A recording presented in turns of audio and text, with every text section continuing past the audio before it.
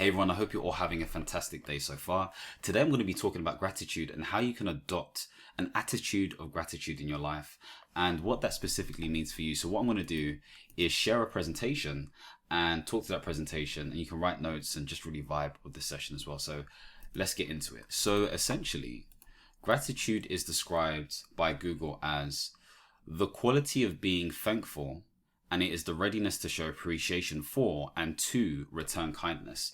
So thinking about this specific thing, it's really understanding that you really appreciate whatever's happened to you or whatever's in your life. And with that in mind, you feel the need to respond in a way of kindness because there is this outpouring, there is this feeling of, or a sensation of, wow, I really appreciate what has happened to me. And I think when we move into this space of gratitude, you move into a state of, I guess, reflection and real admiration for where you're at in life. That's a really important thing to think about, because if you're not feeling that way, then you need to think to yourself, why are you not feeling this way? Is it because you haven't had the time to really ponder on certain things? Or is it because, I don't know, there could be so many different reasons. You need to think about this for yourself. And so moving on from this, it's important to understand that there are two states, there are two types of gratitude, okay? So there is state gratitude. So this is recognizing goodness and the beingness of your life, okay? You're just so appreciative and thankful. Maybe you've been set up financially a certain way. Maybe you have certain connections in your life. Maybe you have certain health benefits, whatever it may be. You're thankful for this. But the second type of trait gratitude is responding in acts of appreciation, okay? So maybe you're looking at other events and you're responding based on this sense of appreciation. What do I mean by this? So maybe you're in a situation where you are looking at someone else's life. Maybe you've seen someone on the street, unfortunately, or maybe someone hasn't successfully achieved X result, whatever it may be. You look at their situation, you can reflect back and say, wow, I'm actually truly thankful. You know, unfortunately, a lot of people do this to individuals who live in the third world. I don't like that language, but who live in a third world, so to speak. And they think, wow, I've got clean running water, I've got food, I've got a roof over my head, all these different things. So it's almost, quote unquote, looking at the perceived misfortune of others and thinking back to yourself and saying to yourself, wow, I'm really thankful for what I have in my life right now. And so bearing that in mind, let's keep it moving, okay? So you have to recognize that there are differences between this whole idea of being in debt to someone and being truly grateful for what someone has done, okay? So let me define the differences between the two. And so when you're in debt to someone, you feel like you owe them something, okay? What do I mean by that? You feel like you need to pay them back. And what may end up happening is that there may be developed avoidant behavior. You may be acting a certain way around them. You may not feel comfortable in your skin when you're around these people. Oh gosh, I need to pay back John, or I need to do this for whatever it may be. And so you're a bit jerky and stuff. And this other person can feel this connection or this vibe that you're throwing, because again, you're in debt to them. That's the transaction. It's a transactional relationship. Whereas when it comes to gratitude, when you're grateful for someone, then it's a situation where it's more transformative. I've been in situations where I've been highly grateful for people. So I'll give you an example. So when I got into the whole contracting space, a good friend of mine, Katrina, so she's a really prolific contractor within the space, emotional intelligence expert as well. She sat down with me and she basically laid down the law when it came to contracting. She was the first person. There were many others after that, but she was the first person who gave me that chance. And I feel grateful. Now, you could argue that I feel in debt to her, but it's not that sort of feeling. I'm abundantly grateful because she's enabled me to have all these different opportunities, whether that is financially or emotionally or mentally, because I'm in this space now. So I feel grateful. That's an example that I can think of personally. And so when thinking about gratitude, don't feel like you're in debt to someone or something, because that's not gratitude. It's a totally different thing altogether. Now, whether we like this or not, there is a clear link between those individuals who are more religious compared to those who are not. Now, when I say religious, I'm not necessarily saying practicing a religion, because really, how I'm seeing this anyway, is that religion comes down to the routines and practice from a spiritual standpoint. It comes down to really understanding a philosophy, a set of principles, a nature, and abiding by those principles and natures in a routine way, okay? And so you can have people who are ultra religious and those who are not as religious. You can have people who are within the traditional realm of things and those people who are not in the traditional realm of things, but they still practice a form of religion. But I guess this research is more specific to the typical type of sort of religion that you and I both know. And so it's shown that they're more likely to be more grateful for different areas of their life, because again, these teachings adopt this mentality of gratitude, humility, all these different things there, okay? But there is a fundamental difference between a feeling of sentiment and seeing gratitude as a virtue, okay, that shapes our emotions, thoughts, and actions. What do I mean by this? So if you think about this carefully, gratitude really should be a feeling of sentiment, a feeling of appreciation, okay? But if it's seen as this thing that we need to achieve, you know, in terms of a virtue, as this has been described as, then maybe that's not really gratitude, okay? Maybe that's not genuine, so to speak. And I think it's talking about the genuineness of how you appreciate different things within your lives. You know, are you in a state form of gratitude? Or are you in a trait form of gratitude? Or are you feeling that you're in debt to something, in debt to the divine or the creator or God, or however you see it? And so sentiment is a key point here that we need to recognize when it comes to this idea of gratitude, okay?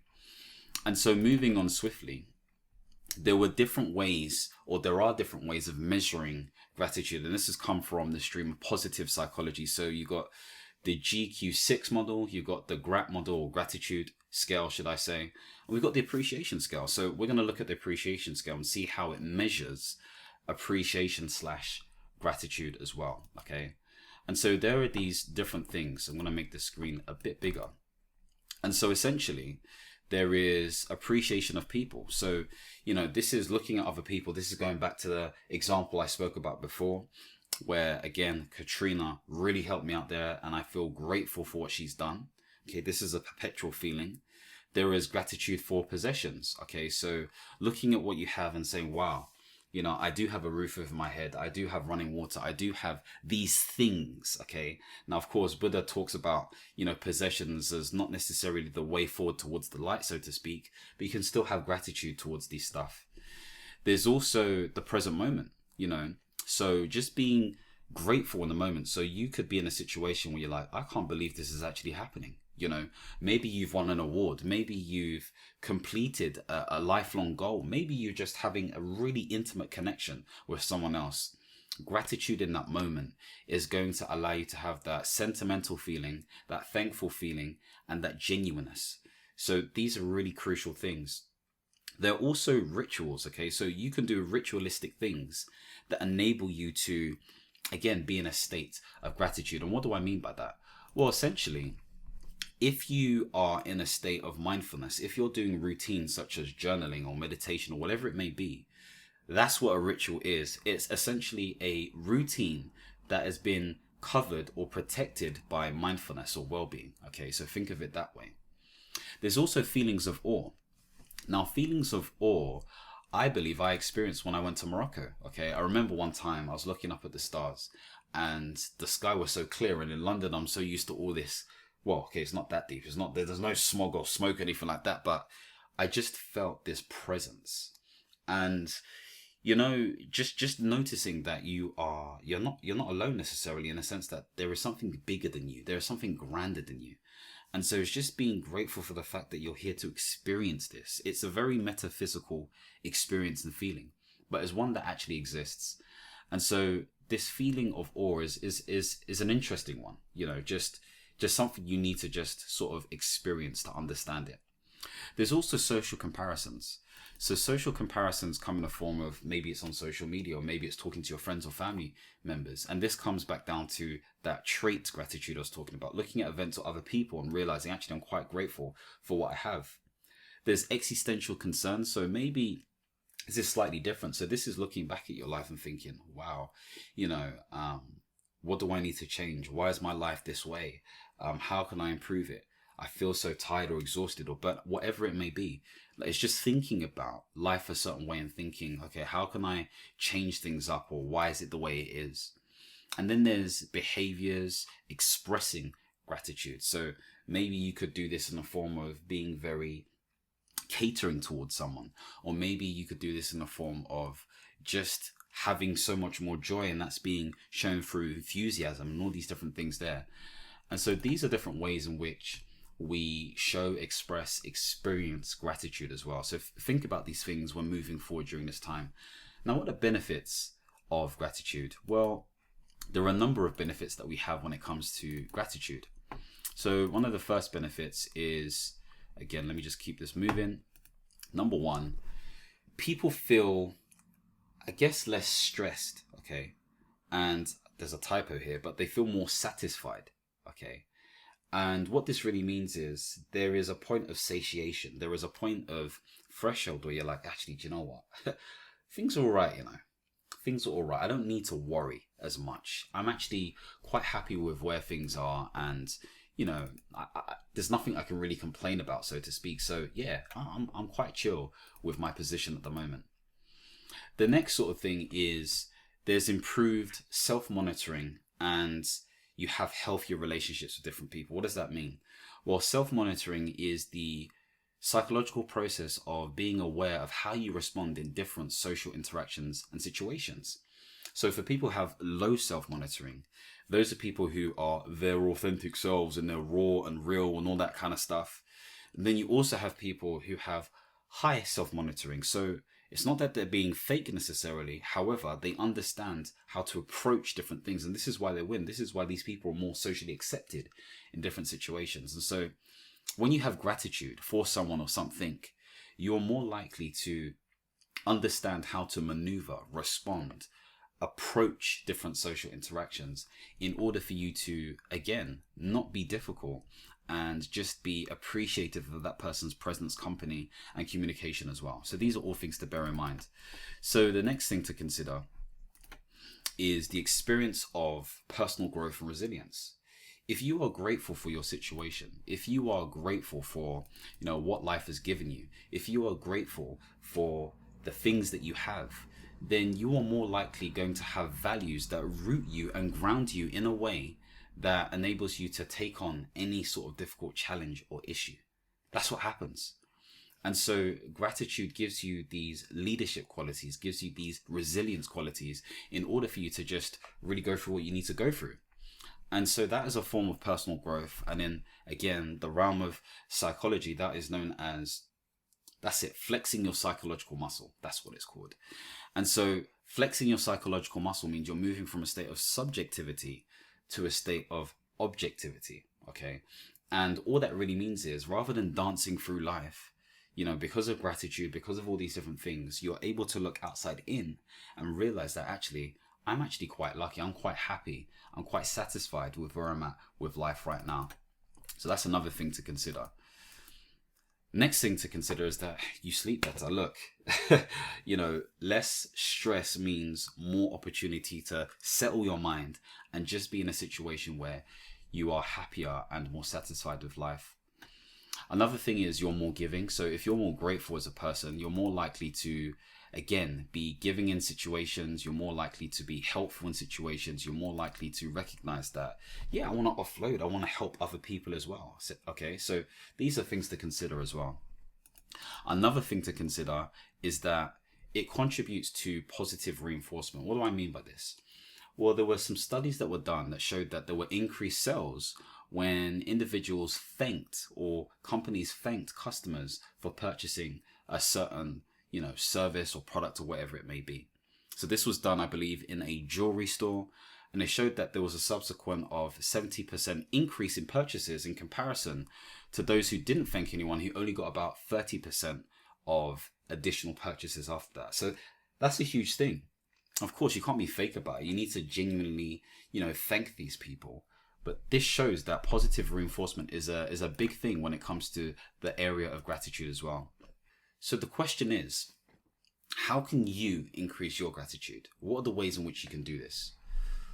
Well, there are a number of ways you can do this, So Martin Seligman, or Dr. Martin Seligman, the guy who is the founder of positive psychology, which is really a derivative from humanistic psychology. I don't want a positive psychologist coming for me. Okay.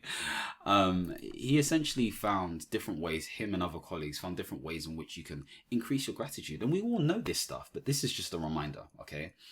So one of the first things you can do is think about someone. Okay. Think about someone on a weekly or monthly basis who is in your life as a connection, whether this is family, friends, work colleague, associate, whatever it may be.